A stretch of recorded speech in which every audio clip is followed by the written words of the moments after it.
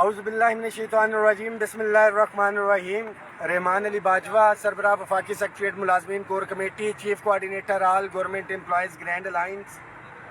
17 ستمبر 2025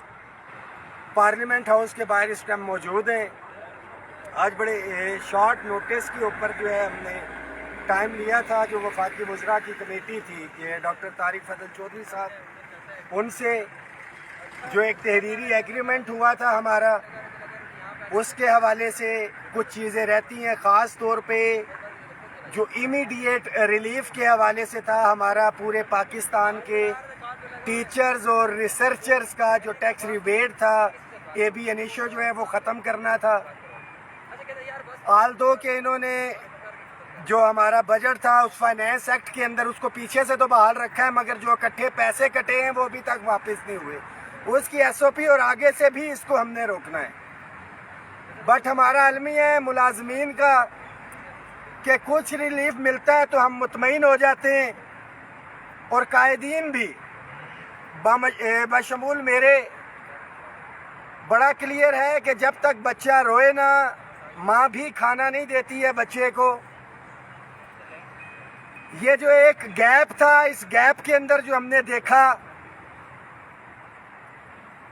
کہ دنیا کا سب سے آسان کام جو ہے وہ تنقید ہے، اس کے بعد جو اگلا کام ہے مشکل کام، وہ اپنے حصے کا حق یا کام ادا کرنا ہے، اور جو سب سے مشکل کام ہے وہ قائدین کا ہے کہ انہوں نے اپنے حصے کا کام تو کرنا ہی ہوتا ہے۔ تمام مخلص، نڈر اور لالچ سے پاک لوگوں کو ساتھ لے کے لیڈرشپ کو لے کے چلنا ہوتا ہے۔ ہمارے جو ایک مشترکہ جدوجہد تھی، یہ ذہن میں رکھیں کہ سب سے امپورٹنٹ چیز ان ٹارگیٹس کے اندر سب سے پہلے جو ملازمین نوکری سے نکالے گئے وہ، اس کے بعد جو سیکنڈ اہمیت آتی ہے اداروں کی نجکاری ہے کہ ادارہ ہی نہیں ہوگا تو ملازم کہاں سے ہوگا۔ پھر اس کے بعد کوئی امپورٹنٹ چیز ہے تو وہ ہماری لیو انکیشمنٹ یا پینشن اصلاحات ہیں، اور پھر جو معاملات آتے ہیں ٹیکس ریبیٹ یا تنخواہوں کے اندر اضافہ یا house rent medical conveyance allowance یا ہاؤس رینٹ سیلنگ ہے۔ ایک چیز بڑی کلیئر ہے کہ جو ایگریڈ چیزیں تھیں ہاؤس رینٹ سیلنگ کے حوالے سے، آج ہم منسٹر صاحب کو بتا کے آئے ہیں کہ یا تو کلیئر کٹ بولیں کہ جو ایک ریٹن ایگریمنٹ ہے 3 وفاقی وزراء کے ہم نے دستخط لیے ہیں اس کے اوپر، کہ آپ اپنے اس معاہدے سے پیچھے ہٹ رہے ہیں، ہم اگلا لائے عمل دیں، ہم اپنے ملازمین کو جواب دیں، اور اگر نہیں تو آپ معاملے کو ٹیک اپ کریں۔ کل انہوں نے بلایا ہے، انہوں نے کہا ہے کہ فائنینس منسٹر کے ساتھ جو ہے معاملے کو ٹیک اپ کریں گے۔ اکارڈنگلی